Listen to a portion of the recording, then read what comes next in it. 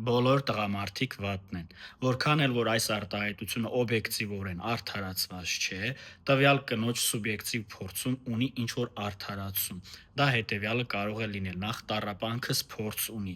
երկրորդը, որ տևական ժամանակ կամ կյանքի տարբեր փուլերում տվյալ կինը ունեցել է անհաջող հարաբերություններ, որից ելնելով ունեցել է ցավ, տառապանք, անհաջող ինչ-որ ամուսնություն, ամուսնալուծություն, գուցե երեխա, բռնություններ տարբեր տեսակի, եւ այս ամենի հետ մենակ մնալով տվյալ կինը այս բոլոր ինֆորմացիան, փորձառությունները տրամաբանորեն լուծմանը չհասցնելով, երբ որ այս խնդիրը վերածվում է հոգետրավմայի եւ տվյալ մարդու հոգեկանը պաշտպանական մեխանիզմներից ելնելով իրեն պաշտպանելու համար կամ ցավը արտահայտելու համար այս արտահայտությունն է անում, բոլոր տղամարդիկ վատն են։ Երբ որ փակագծերը բացում ենք, դա կոչվում է հետևյալը, որ տվյալ մարդը չի կարողացել իր խնդիրներին գտնի լուծում։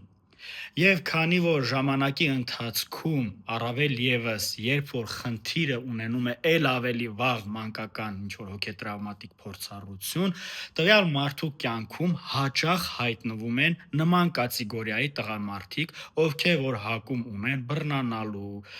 աբյուզիվ վարք դրսևորելու, ցավացնելու, ենթարկացնելու, կառավարելու եւ կարծես այս իրավիճակում մեկը գտնում է մյուսին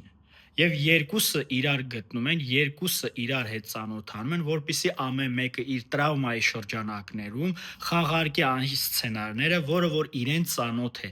Առավել ցավալի է լինում այն դեպքում, երբ որ տվյալ իրավիճակում կամ տվյալ կնոջը հանդիպում է այնպիսի տղամարդ, ով որ չի համապատասխանում աբյուզիվ վարքին, այսինքն մեր պատկերացրած դրական ու բարձր արժեքներով, բարձր ստանդարտներով տղամարդու հետ հարաբերությունը տվյալ կնոջ դեպքում դառնում է կարծես անհետաքրքիր կամ անհնարին։ Պատճառներից մեկը հետևյալն է, որ այս կինը չունի այն հմտությունները, թե ինչպես հաղորդակցվել առողջ հոգեկան, առողջ աշխարհընկալում ունեցող մարդու հետ։ Քանի որ երկար ժամանակ նրա հոգեկանը աշխատել է, նրա հոգեկանը ապրել է, նա զարգացել ու մեծացել է այնպիսի միջավայրում, որտեղ որ հարաբերությունները անառողջ են եղել, որտեղ որ տղամարդիկ ավելի բռնարարի դեր են կրել, նրա համար ծանոթ չեն այն հարաբերությունները, որտեղ որ կարող է լինել հավասար իրավունքներ, կարող է լինել հարգանք, կարող է լինել սեր, կարող է լինել բարձր արժեքներ, դրական վերաբերմունք եւ հետեւաբար ինչքան էլ որ հիմա պարադոքսալ են հնչում, ինչքան էլ որ որոշների համար աբսուրդ է հնչում այս արտահայտությունը, շատերի մոտ հարց կառաջանա,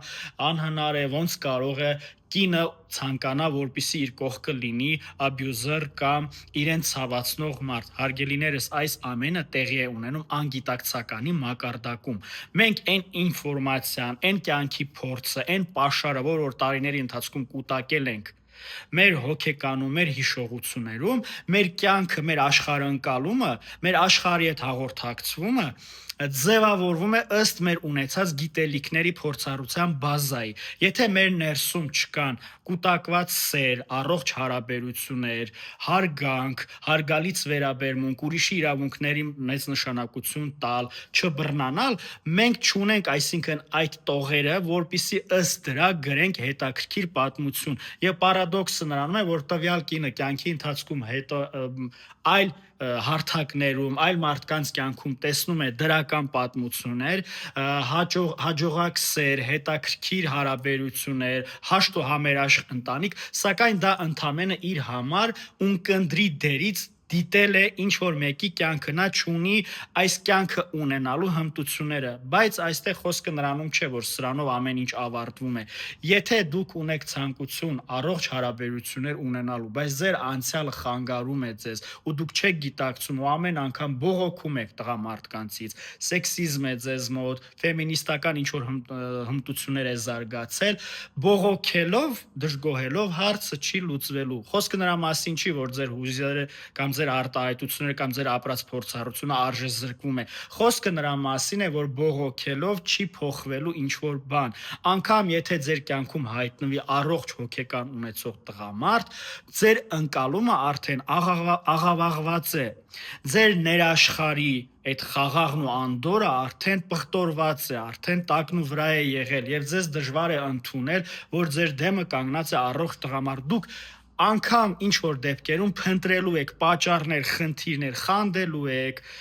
բողոքելու եք, ինչ որ բանից դժգոհելու եք, այսինքն գերիդեալական անհասանելի ինչ որ բաներ է, պատկերներ է լինելու ձեր հոգեկանում, որ իրական ստանդարտներին դեմ է։ Ձեզ ավելի հեշտ է տեսնել բացասականը, քան դրականը։ Հետևաբար, քանի որ ձեզ համար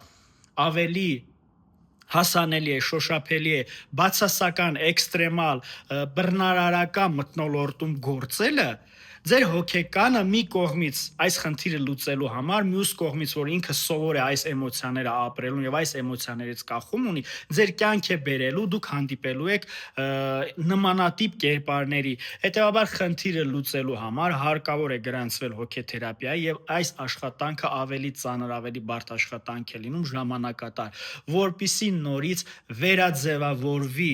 վերամշակվի ձեր աշխարհայացքը, ձեր տրավմաները բժշկվի, որից հետո արդեն հավանականությունը մեծանում է, որ դուք կունենաք առողջ հարաբերություններ։ Էլի եմ կրկնում, խոսքը նրա մասին չի, որ ստեղ ինչ որ մեկը լավն է կամ ինչ որ մեկը վատն է։ Խոսքը նրա մասին է, որ այն ինչ որ մենք տեսել ենք, մեր աչքը դրանից է վախենում եւ մեր հոգեկանը սովորում է նման պայմաններում ավելի վարժ լինել։ Երբ որ ամեն ինչ խառնվել է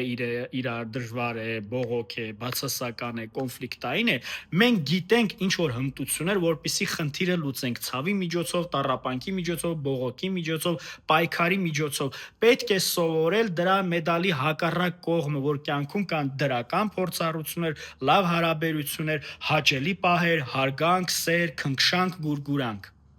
Այսքան, սիրելիներս։